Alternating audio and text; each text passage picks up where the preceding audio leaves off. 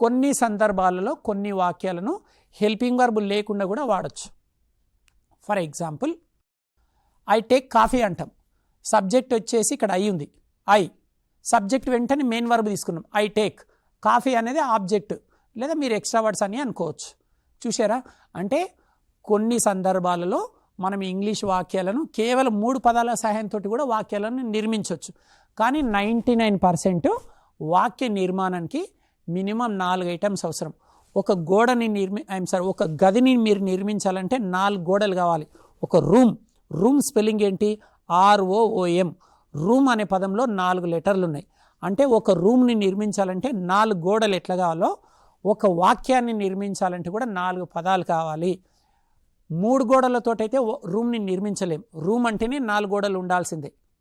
3 గోడలతోటి 2 గోడలతోటి రూమ్ని నిర్మించలేం. కానీ ఇంగ్లీష్లో 99% వాక్యాలను నిర్మించాలంటే 4 ఐటమ్స్ అవసరం. అక్కడ 4 వాల్స్ ఎట్లా అవసరమో. కానీ కొన్ని సందర్భాలలో కేవలం 3 పదాలతోటి కూడా ఇంగ్లీష్లో వాక్యాలని నిర్మించవచ్చు. ఎగ్జాంపుల్ చెప్పాను. నేను కాఫీ తీసుకుంటానంటే నేను అంటే ఐ తీసుకున్నాం సబ్జెక్ట్. ఐ టేక్ ఏం తీసుకుంటారు? కాఫీ. I take coffee. చూసారా? అంటే హెల్పింగ్ వర్బ్ లేకుండా కూడా వాక్యాలు నిర్మించవచ్చు కొన్ని సందర్భాలలో. కానీ 99% వాక్య నిర్మాణానికి హెల్పింగ్ వర్బ్ యొక్క అవసరం ఉంటుంది. కానీ మీరు మైండ్లో బట్టి పట్టొద్దు, వాక్యాన్ని నిర్మించాలంటే 4 ఐటమ్స్ 100% ఉండాలి అని. 90% అయితే అవసరం. కొన్ని సందర్భాలలో హెల్పింగ్ వర్బ్ లేకుండా కూడా వాక్యాలను నిర్మిస్తాం.